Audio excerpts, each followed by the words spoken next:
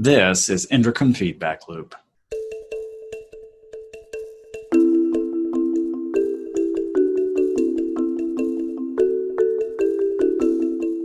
I am your host, Chase Hendrickson, and welcome you to this Journal Club podcast series brought to you by Endocrine Society. Thanks for joining us as we explore an important article recently published in one of the Society's clinical journals. Hello, and welcome again to Endocrine Feedback Loop for our 5th episode. We get to look at another impactful article from the JCENM that will help us better understand how to provide care to our patients with polycystic ovarian syndrome. The authors that we'll look at today used an observational study design for their investigation, and understanding the relevant inferential methods will help us better assess their conclusions. I'm excited to have 2 endocrinologists with clinical expertise in this field join me today for Endocrine Feedback Loop. As a reminder, I practice general endocrinology at Vanderbilt University in Nashville, Tennessee, where I teach in and help oversee the fellowship program. Today, our regular contributor and expert educator is Anna Goldman. She works at the Brigham and Women's Hospital in Boston, where she is the associate program director for their fellowship program. She provides care for a variety of endocrine conditions, but has a focus on andrology, as well as a research background in that area. This month, our guest expert is Andrea Dunay from Mount Sinai in New York City. She is the chief of the endocrine division there. Importantly for our discussion today, she is a world leader in clinical research and care of individuals with PCOS. We couldn't have a better pair of endocrinologists for this episode. And as with each of our episodes, everything said today will be our opinions only and not those of our respective institutions or the Endocrine Society. Today, we are discussing fertility and pregnancy outcomes in women with polycystic ovary syndrome following bariatric surgery. This study comes to us from the Hospital Universitario Ramon y Cajal in Madrid, Spain, with Estela Benito as the first author. It was published in the September print edition of the Journal of Clinical Endocrinology and Metabolism. And now I will turn things over to Anna, who will guide our discussion through the introduction, including what we need to understand about PCOS and key points that the authors make. Anna? Thanks, Chase. So as we know, polycystic ovarian syndrome, or PCOS, is likely the most common metabolic disorder in premenopausal women. It's frequently associated with obesity, hyperinsulinism and insulin resistance, and hyperandrogenism. As PCOS is a heterogeneous condition, I was hoping that Andrea would be able to review the guidelines for the diagnosis of PCOS and comment on what she thinks may be the underlying etiologies leading to this phenotype. So the diagnostic guidelines for PCOS are the subject of ongoing controversy. The first guidelines, the so-called NIH guidelines, were determined by a vote of a group of experts. And those diagnostic criteria are hyperandrogenism and chronic anovulation. The clinical sign of that is irregular cycles, and with exclusion of other disorders. And it was realized even at that time that polycystic ovarian morphology was a non-specific finding. In 2003, there was another expert conference, not a consensus conference, where ovarian morphology was added as a diagnostic criterion, and it was 2 out of 3. So that added 2 additional phenotypes, hyperandrogenism and polycystic ovarian morphology, and polycystic ovarian morphology and chronic anovulation. There's been a lot of work contrasting the phenotypes, and the phenotype with the metabolic disorder, what I like to call endocrinologist PCOS, is really the NIH phenotype. And we know there that knowing what the ovaries look like don't really add to our management of the patients. So I think the way these patients were diagnosed is standard in endocrine practices, having just hyperandrogenism and chronic anovulation. They mention that in morbidly obese women, it is difficult to do accurate ultrasonography. So we know that generally marked weight loss through bariatric surgery has been found to restore all of the hormonal derangements of PCOS and also to restore regular menstrual cycles. Perhaps we could all discuss why this isn't the preferred approach. Chase or Andrea? Yeah, I think, when I was looking at this and reading that description and looking into that, it certainly stands out, I think, in stark contrast to both what we know from research that's out there and certainly from clinical care of these individuals, is that it's awfully challenging. While there are a variety of medical treatment options that we can provide, they take a prolonged period of time to have a full impact. And often, while it may help ameliorate the symptoms, it seems it's very uncommon that we have full resolution of a lot of those bothersome manifestations of PCOS. And so it did stick out to me as a big outlier as far as the treatment options that we have. And certainly did make me wonder why that's not a more common recommendation for our patients with PCOS to consider this as a much more effective, certainly more drastic, but more effective treatment option for PCOS. The outcomes with bariatric surgery in women with PCOS are really excellent, and the patients are very, very satisfied afterwards. I think there is considerable reluctance on the part of the patients to have bariatric surgery, and I think that's kind of true in general. It seems like a big step, an aggressive procedure. So we don't see a lot of patients asking for that for management. But when they do, the outcomes are good. I think another important factor is when women are interested in fertility, they're not usually interested in waiting a year or two, which is what's advised with bariatric surgery. Right.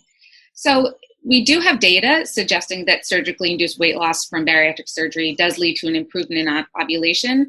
Why did we need to do this study? Why can't we just assume that improvement in ovulation leads to improved fertility? Well, I think really some of the landmark work that's been done in infertility and PCOS is by the Reproductive Medicine Network. And one of the big contributions that they've made is that the outcome we should be interested in, and our patients are certainly interested in, is the take-home baby rate. So conception is not taking home a baby 9 months later. And that is very, very clearly demonstrated in the randomized controlled trials with clomiphene, citrate, and metformin, and showing although the ovulation rates with clomiphene and metformin were similar, the take-home baby rate was almost twice as much with clomiphene. So there are things going on between conception and final delivery that we don't understand, and how that ovulation is created, what the hormonal environment is very important. And it's much more than just a positive pregnancy test or a progesterone level. Sure. All right, so then the big question of this article was, does restoration of ovulation after bariatric surgery in obese women with PCOS actually result in improved fertility? So Chase, perhaps if you could take us through the methods. Thank you, Anna. You've done a nice job there of walking us through what's a challenging condition and showing us where we are at right now and why we need better understanding of what our treatment options are and the benefits of that.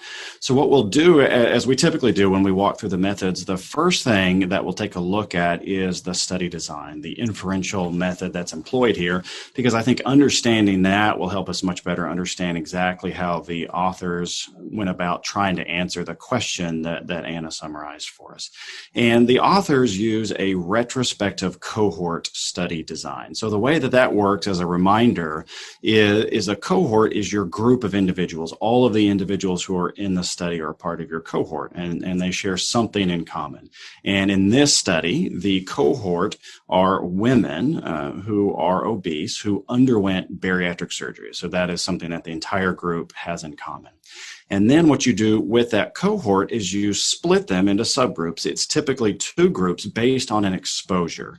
And in its simplest form, you have one group who was exposed to something and the other group who is unexposed.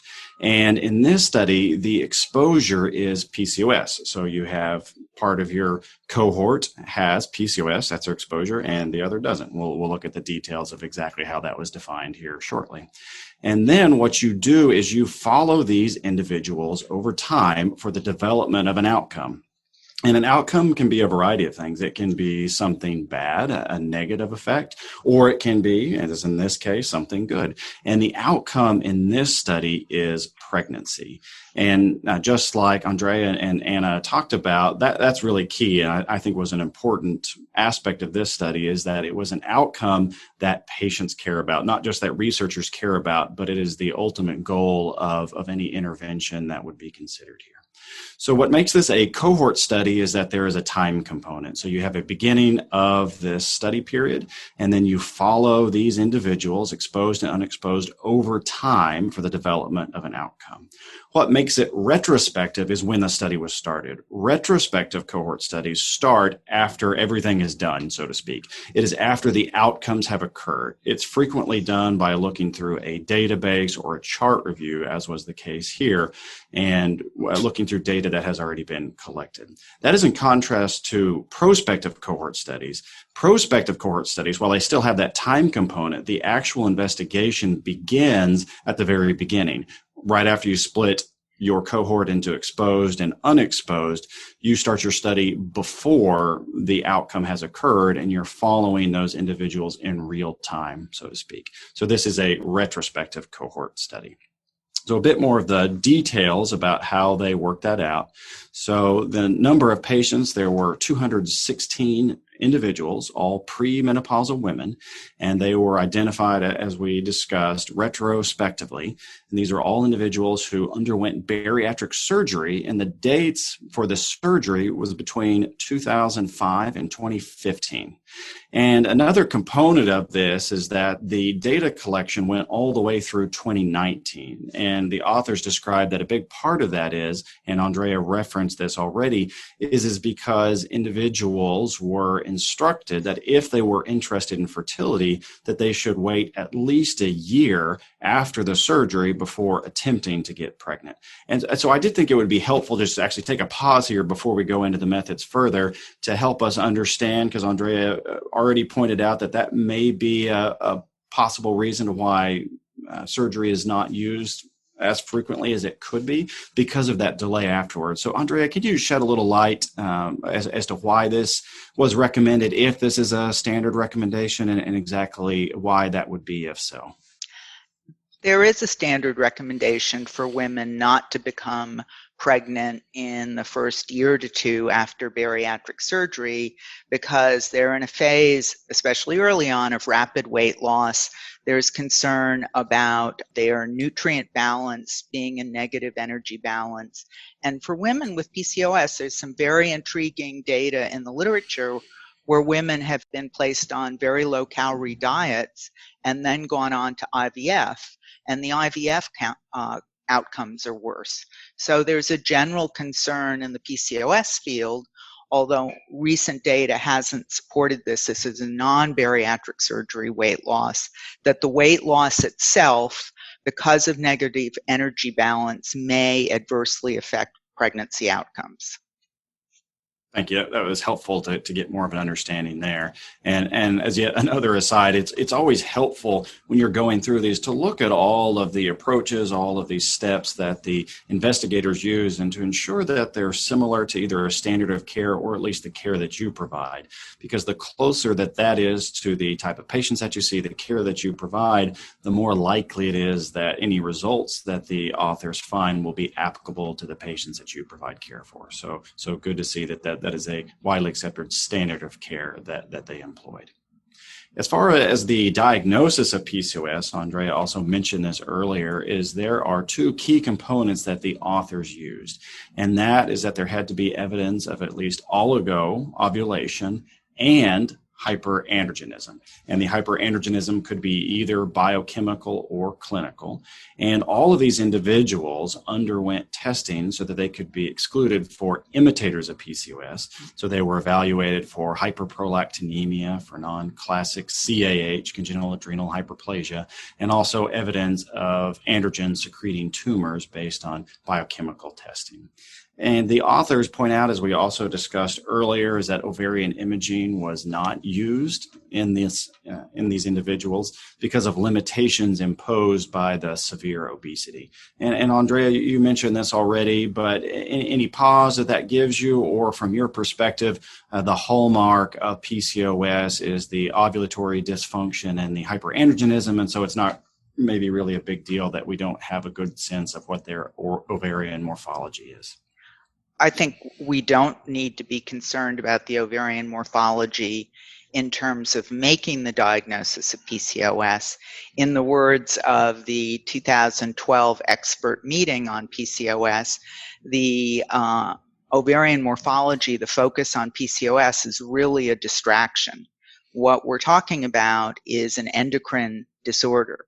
Now, one caveat that's important, so my reproductive endocrine friends don't become furious, is that when you're doing assisted reproductive technologies and giving women with PCOS, particularly exogenous gonadotropins, ovaries that have polycystic ovarian morphology, even in the absence of other features of the syndrome, are hyper-responsive to gonadotropins, and those women are at risk for ovarian hyperstimulation syndrome, which can be very, very serious.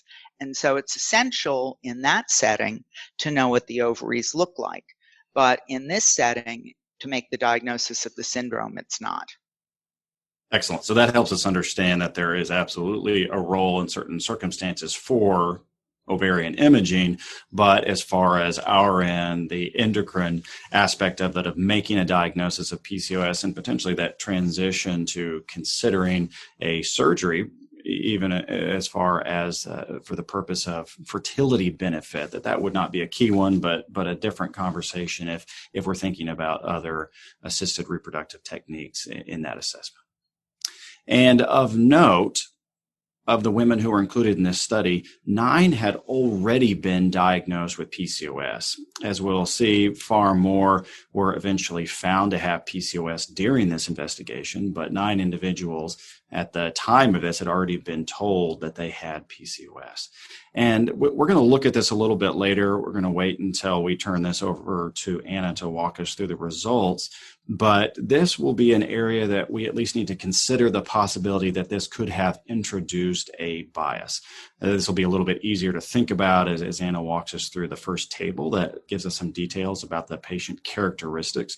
It is the typical place to think about this. So we'll return to that possibility at that time.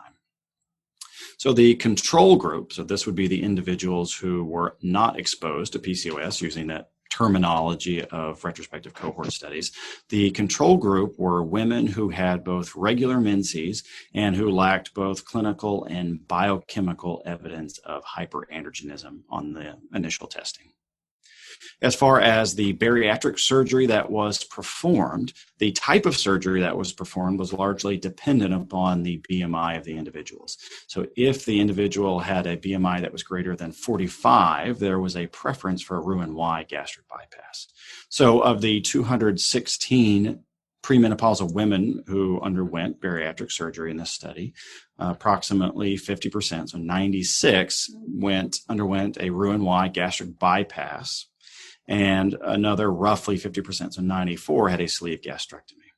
There was a much smaller group of individuals, 15, who had a gastric band, and then another 11 individuals who initially had a gastric band but then underwent revision, either just had that removed or had that removed and then later had one of the other forms of bariatric surgery. An important part, and something that we'll come to later in the discussion, is that all individuals in this study were asked about their desire for fertility. So this information was collected initially at that first visit to the bariatric surgery clinic, and then after the surgery, within 2 years, that was reassessed. And the terminology that was used by the authors is the individuals, the women in this study, were asked whether they were seeking fertility actively. And the outcome, which we talked about, was very nicely done, a very patient-focused, clinically relevant outcome, with the primary outcome being pregnancy rate. And so they use the total number of pregnancies divided by the total number of women in each of the group, the exposed and the unexposed group. And before we wrap up the method section, I think one helpful thing, one nice thing that the authors did that we wanted to talk about is that they performed a power calculation.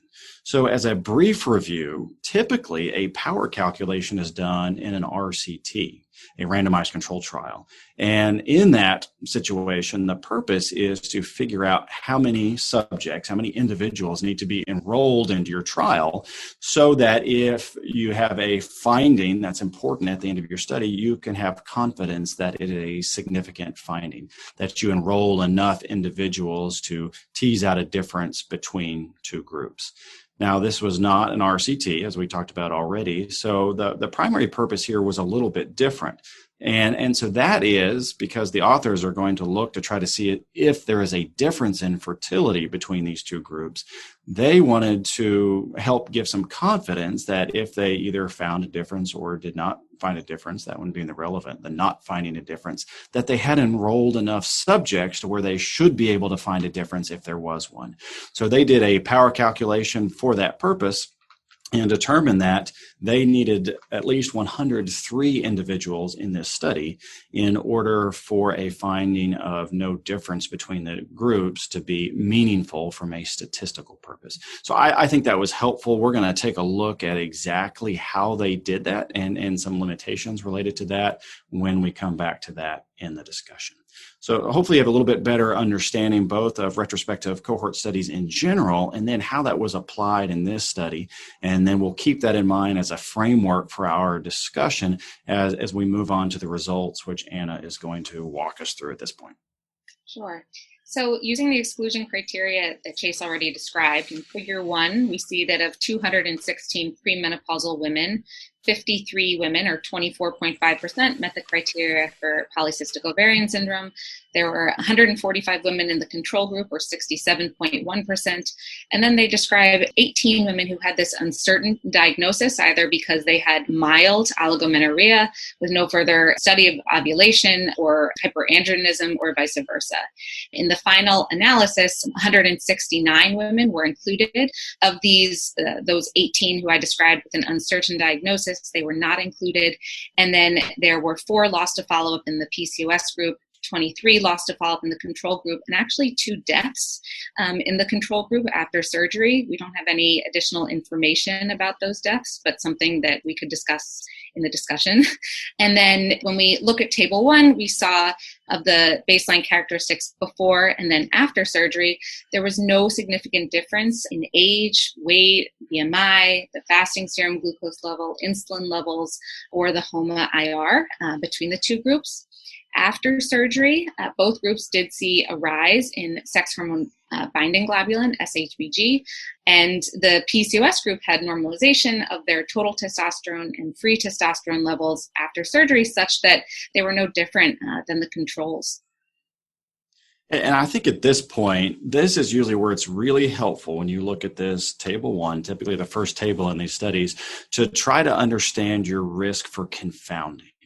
And we've talked about this in previous episodes, but what confounding is something that's going to be related to your exposure of interest. So again, in this situation would be PCOS is what has been labeled as the exposure.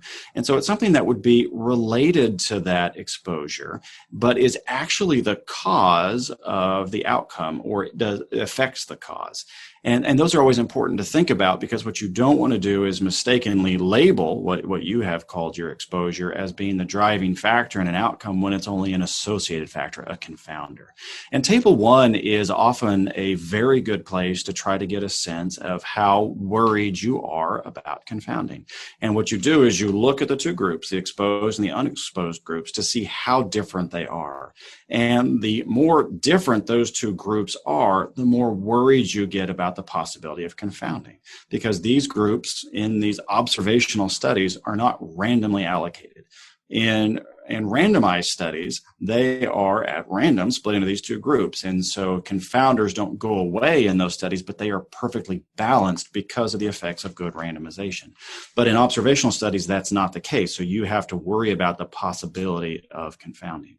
And you get encouraged when you see exactly what Anna pointed out, is that when you look at these 2 groups, they looked very similar. There were certainly differences, testosterone levels being an obvious one, but that would be expected. So that's something something that would be a part of PCOS and so would not typically be considered a confounder. And so the fact that those were higher in one group but then were not different after the surgery would be exactly what you would expect. But this is where you also have to be thinking about other possibilities. So if, in fact, the groups had been substantially different, often what the authors will do is a statistical adjustment to try to account for that. And if you see that the statistical adjustment makes a substantial difference in the outcomes, then you get worried that there may be other unmeasured confounders that you're not accounting for. There was no need for a statistical adjustment here because the groups were so similar. And so we don't have that concern. But we still need to be thinking about the possibility that these groups could be different. And one thing, and I certainly would be interested in hearing Anna and Andrea chime in with any thoughts that they had on this. But I think this is where the possibility comes up that there could be different behavior because some of the individuals coming into the study already knew that they had PCOS. And then presumably after the testing, if these individuals were told results of their testing and found out that they had PCOS, that could have changed their behavior. So there could be other things that these individuals did because they knew that they had PCOS that actually improved their fertility or worsened it. Either could be the case, but more likely the interest that we would have would be that they did something that would improve their fertility. And so it's actually not the fact that they had PCOS that was the major factor, but a change in behavior because they knew that they had PCOS. There could be many other ones. That would just be one example, very hard to account for. So nothing that the authors did incorrectly here, but something that we as readers need to be thinking about because it is an intrinsic limitation of observational studies. Thanks, Chase. So the authors wanted to comment that 2 women with PCOS and 3 women in the control group did undergo ovulation induction, resulting in a successful pregnancy in 1 patient with PCOS and 2 in the control group. I wanted to use this as an opportunity to ask Andrea, what do we know about using agents for ovulation induction after bariatric surgery? Is there data? There's really no data in the literature. There are no trials. There are few enough trials of ovulation induction in PCOS with other forms of weight management. So unfortunately, we don't have it here. So the results. Pregnancy rates were overall higher in the PCOS group of patients who completed follow-up. It was 40.8% versus 25%. But in a restricted analysis of just the women seeking fertility, pregnancy rates were still higher. It was 95.2% in women with PCOS, which was 21 women, versus 76.9% in the control group, or 38 women. And the live birth rates were 81% and 69.2% respectively, although this was not statistically significant. Andrea, why do you think the rates were higher in the PCOS group? I think a big problem with this study, even though they said that they were well-powered, number one, the power calculation was quite odd. They took a study that was looking at fertility after bariatric surgery, but that was not the major goal of the study. And in fact, in the study they cite, the authors say specifically, this is not a study to examine fertility outcomes after bariatric surgery. So we don't know in that study if all the subjects were trying to get pregnant. And desire for fertility is a prerequisite, obviously, for seeing pregnancy. And so they did a power analysis sort of assuming that I think it was 22% versus 2%, 22% pregnancy in the PCOS and the controls only 2%, was with everybody desiring fertility. And that was not clear. The hypothesis that there should be differences in fertility after bariatric surgery and PCOS and controls isn't well-founded, in my opinion. And then in this study, when you sort of sort through and get down to the number of women in both groups who wanted fertility, you have a much, much smaller sample size. So I think that all these suggestive differences are more lack of power than any biologic difference that we're seeing in PCOS. Now, if you want to be very speculative, women with PCOS do have more oocytes and follicles, and perhaps they were having more follicular development, but then you'd expect multiple births, and we weren't seeing that. So I just think this is lack of power. And I think Andrea's point here is really important. So that's what I was alluding to before, it's really the women who are seeking fertility, actively seeking fertility. That's the subgroup of interest. And it's not powered for that. So when they came up with their power calculation of 103 and said they're adequately powered, yes, their entire group of 169 was greater than that number. But the subgroup of women who are interested in attempting to get pregnant, which is just what Andrea pointed out, that's the group that you're interested in, is those who are attempting pregnancy. It's underpowered for that. Now, it is encouraging, at least with the point estimate, is that for individuals, for women with PCOS, the rates were higher, not lower, but still, when your numbers are less than what you have come up with your power calculation, you do get worried there that you simply don't have enough individuals to be confident in saying that there's not a difference between those two groups. So just to finish summarizing the results, there was no difference between the two groups in time to achieving first pregnancy after surgery, and there was also no difference in the rates of complication. The mean birth rate was lower in newborns from women with PCOS compared with controls at 17.6% versus 3.7%, defined as having low birth weight. There was no difference in neonatal complications, and the type of bariatric surgery actually had no impact on pregnancy rates. They did see some more C-sections in the control groups, 7 in the control group versus the PCOS group, 7 versus 3, and this may have been due to the control groups having slightly larger babies. I don't know if anybody has any additional comments about those results. I think the prevalence of low birth weight is disturbing. And that's been a signal also in some other studies, not with bariatric surgery, but with very low-calorie diet, that there's been increased prevalence of low birth weight. And low birth weight does correlate and predict other poor neonatal and even longer-term health outcomes. So why there should be this difference between the PCOS and the control group, and it was statistically significant, I don't know. I don't have a good hypothetical basis, or one would have to speculate that somehow there's a more adverse effect of caloric restriction bariatric surgery in PCOS. So I think this finding is definitely should lead to better designed studies. And I think there are two questions that we ought to be asking. One is bariatric surgery in PCOS superior to either no surgery or, let's say, other forms of caloric restriction? So that would be a PCOS with a bariatric surgery group and a PCOS without that.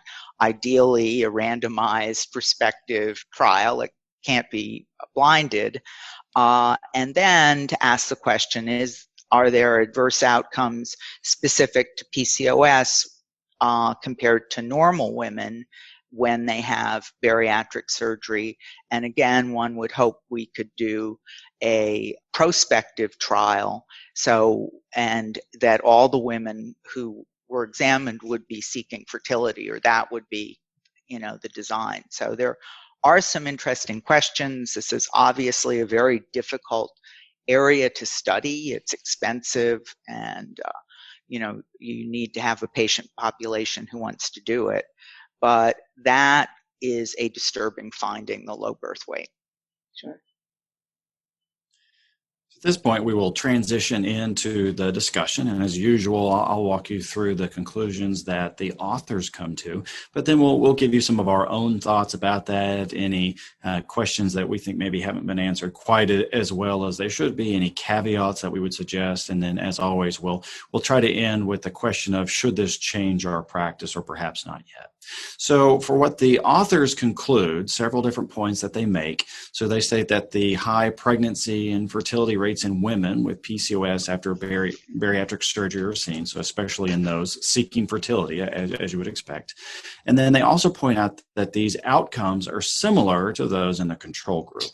They point out that largely the maternal and neonatal complications were rare in both of those groups, and that the only difference between the groups were the slightly lower frequency of birth weight. And we've talked about that already as an important one. Also puzzling here, no clear explanation for that, as Andrea walked us through already.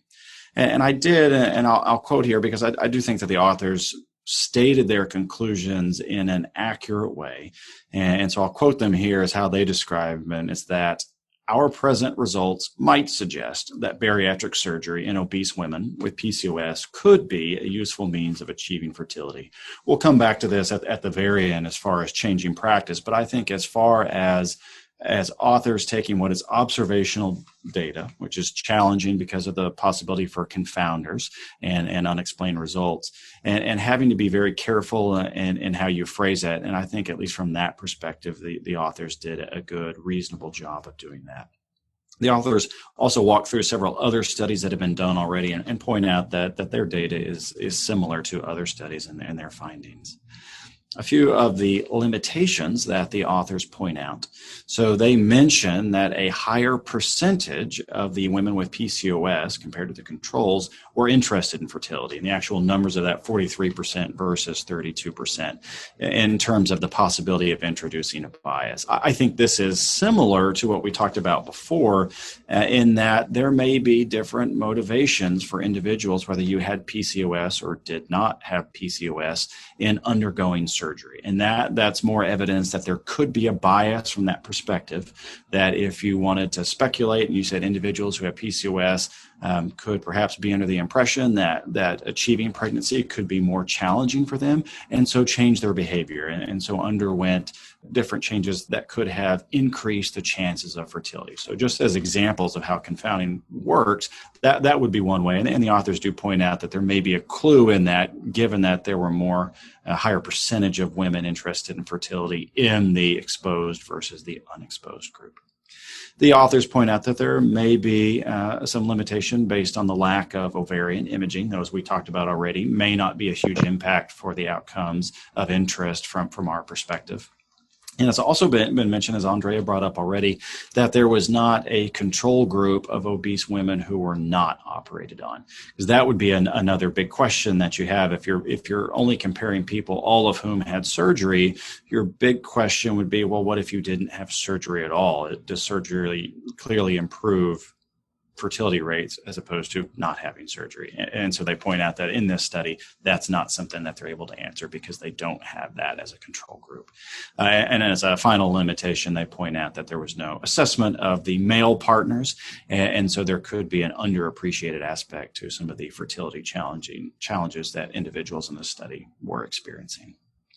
The strengths of the study that the authors point out, the first one, which we've already talked about already, is they point out that their study was adequately powered.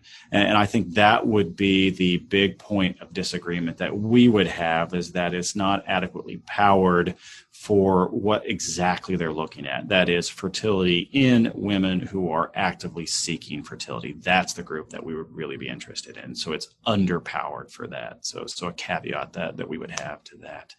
Additionally, they point out, as far as the strength goes, is that they did a rigorous job in identifying all of the premenopausal women in their institution who underwent bariatric surgery, that they had a very good collection of pre and post-operative data and outcomes, and that also the prevalence of PCOS in this group was what would be expected based on other observational data. So I think from my perspective, agree that those are all strengths, particularly with the data collection, can be very hard. It is usually, to get good data collection, you often need a prospective study so that you are identifying and determining exactly what data you want collected up front. That's often the only way to ensure you get all the data that you want. So I agree, for a retrospective study to have all of this data available would be considered a strength, and it's often not something that is achieved with these studies. So now what we'll do is we'll spend the rest of our time thinking about changing clinical practice? Do these results influence the care that we provide? So before we get to that specific question, I think it'd just be good for as us as a group overall to discuss the overall quality of this study. How well done was this study, particularly with the challenges, as Andrea has pointed out already, of doing such a study? I think that, as you pointed out, Chase, they do have pretty complete data collection. They report that they did contact all of the subjects. So I think those are strengths and give us some confidence in the outcomes. And I think really the major limitation is kind of a disconnect when they talk about the power, and they don't really address the fact that when you get down to the group of interest, the study was underpowered. But it is comprehensive. It is very hard to do this sort of work, and I think it's an important addition to the literature for those of us who manage women with PCOS. Andrea, I'll ask you a follow-up question then about the challenge of this. So obviously with these sort of studies, the gold standard is always an RCT, and so that's always what you want to see if possible. If you had to speculate, how feasible would it be to answer this type of question with an RCT? Do you think that's something that could realistically be done, or the logistics and the number of women that you would need to recruit for the study would be so high that it might not be feasible or realistic for a study like that to happen in the future? I think a study like this could be feasible with a group like the Reproductive Medicine Network, which was an NICHD supported network of reproductive endocrinologists who executed clinical trials. And that's where the PPCOS1 of metformin and clomiphene and PPCOS2 of clomiphene versus letrozole, and they really showed feasibility. They had 600, 500 subjects recruited, and there's a huge desire in women with PCOS both for fertility and for weight loss. So I do think you could do this trial. It's going to take a while. It's going to be expensive, but it's an important question. So I also agree. I thought that this was a very important trial to add to the literature. I was disturbed by the 2 deaths in the control group, and I wished that they had provided more information about what happened there, just because when I refer somebody for bariatric surgery, I generally tell them that it's a very safe procedure with low risk of morbidity and mortality. And so it's just something that I wish we had more data on. And I think to finish up, Andrea, I'll ask you to give us an overview, and not just this study in and of itself, but put this in a little bit of a larger context for us, a clinical context for those of us who take care of patients with PCOS and try to give them recommendations, sort through a large amount of observational data to try to understand what's the best approach here, what's the standard of care, what should we be considering. So if we think about all of the options that are on the table here, if we are thinking about bariatric surgery for these individuals, if we're actually thinking about employing the assistance of our reproductive endocrinology colleagues and thinking about advanced reproductive techniques to employ here, or if we're actually just thinking about something else entirely, so medical weight loss as an example. So do we employ that, and could that maybe achieve similar results? So if you think about this particular study in the context of a much larger body of evidence, trying to take all of that, sort through all of that, and see how that should affect the care that we provide to our patients. How do you think about that overall, and then how does this study potentially contribute to that understanding in your approach? Weight management, particularly in my patient population as a medical endocrinologist, is probably one of the top reasons that women come to see me. The situation is much better now that we have some effective anorectic drugs. We're using a lot of GLP-1 receptor agonists and getting good weight loss, certainly not the magnitude of weight loss you see with bariatric surgery. But I think bariatric surgery is a very good option for these women. And there are safer approaches being developed, endoscopic approaches, which may substantially reduce the already low risks to bariatric surgery. And the patient outcomes, again, this is personal, there aren't any big studies limited just to PCOS, but I see in my practice very good. And interestingly, one of the things that improves a lot is mood and anxiety and depression. I think body image really has an adverse effect on PCOS. What this study adds is now when I discuss bariatric surgery, I can say that there are data in the literature to support that the pregnancy outcomes are not horrendous, that it looks like, there are good chances for fertility and pregnancy. There's some concern about low birth weight that I think needs to be sorted out and is definitely higher than we see with assisted reproductive technologies.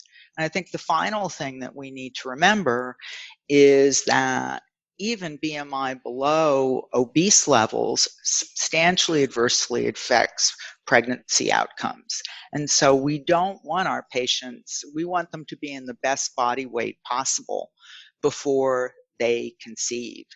And we're sort of lax in the United States about that.